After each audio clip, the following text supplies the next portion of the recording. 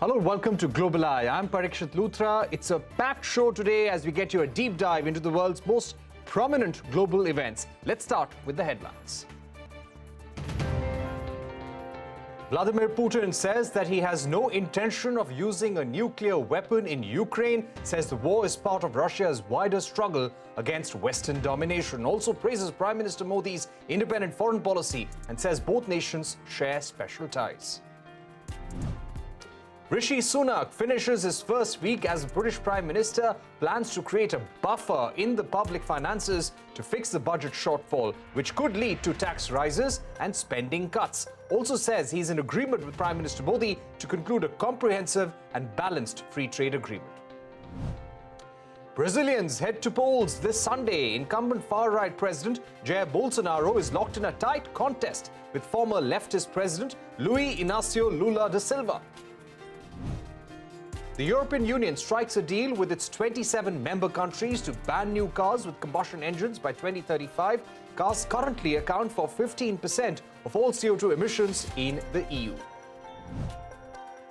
Pakistan Prime Minister Shahbaz Sharif is set to meet Chinese President Xi Jinping on his two-day visit to China. The agenda is likely to include strategic cooperation, partnership, and exchange views on global developments. Sharif is among the first foreign leaders to visit China after Xi Jinping secured a third term.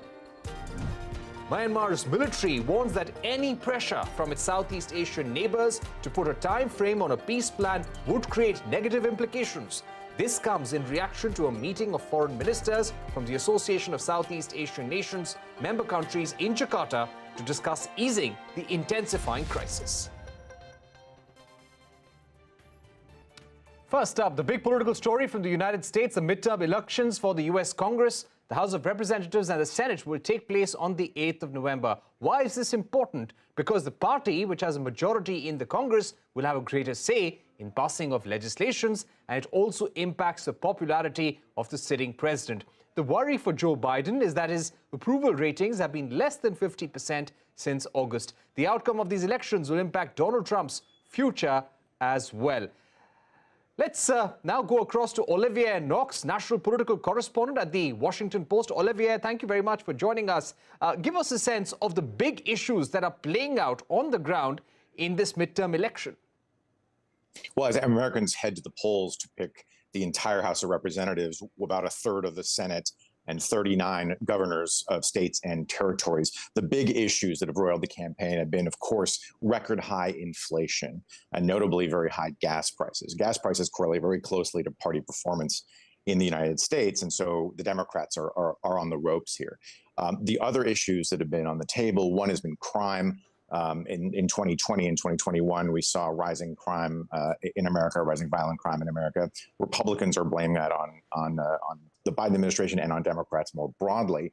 The border issue, immigration over the southern border, has been an issue, particularly inside the Republican Party. You'll remember that Donald Trump's big slogan was to build a wall on the southern border. And then in late spring, early summer, the Supreme Court kind of lobbed a grenade into the political landscape with a decision that rolled back Roe versus Wade. That's a basically 40-year-old decision that guaranteed women in America access to abortion. They rolled that back.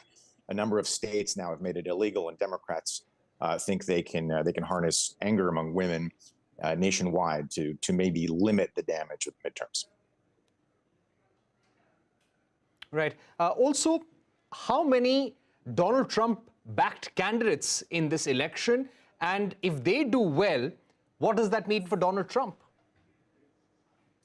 Well, if he does well, particularly at the House level, it'll mean that he'll have enormous influence over the legislative process. Now, the assumption right now, the basic conventional wisdom is that the Republicans will retake the House. Control of the Senate is something of a coin flip.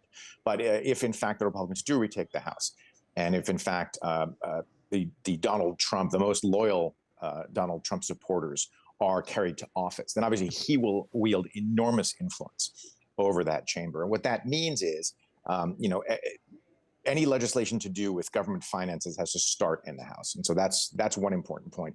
But the other important point is that the House would then be able to do what Republicans have said they want to do for the last year and a half or so, which is investigate the Biden administration, investigate Hunter Biden, the president's son, look into the withdrawal from Afghanistan, a number of other issues as well. So it's not just legislation; it would also be the use of congressional investigative power to harass the Biden administration. Right. Do you also feel that it would give a chance to Donald Trump to maybe run for president once again? Well, Donald Trump has been teasing a run for president in 2024, essentially since leaving office. It's the subtext to most of his copious fundraising emails out to his supporters. Republicans had begged him not to announce before the midterms. They want to try to keep Donald Trump symbolically off the ballot, if you will. Republican leadership worrying that if Donald Trump announces before the midterms, then Democrats would be able to say, aha, Donald Trump is effectively on the ballot and get turnout. Notably among independents who helped Joe Biden capture the presidency last time around. So we're going to be watching very closely, not just in the run-up to these midterms, but afterwards. Look to see if a lot of Trump supporters win. He will no doubt come out and take credit for their victories. And then, of course, it would increase the likelihood that he would run in 2024. All right, Olivier Knox, we've run out of time, but thank you very much for summing up this important midterm election on the 8th of November.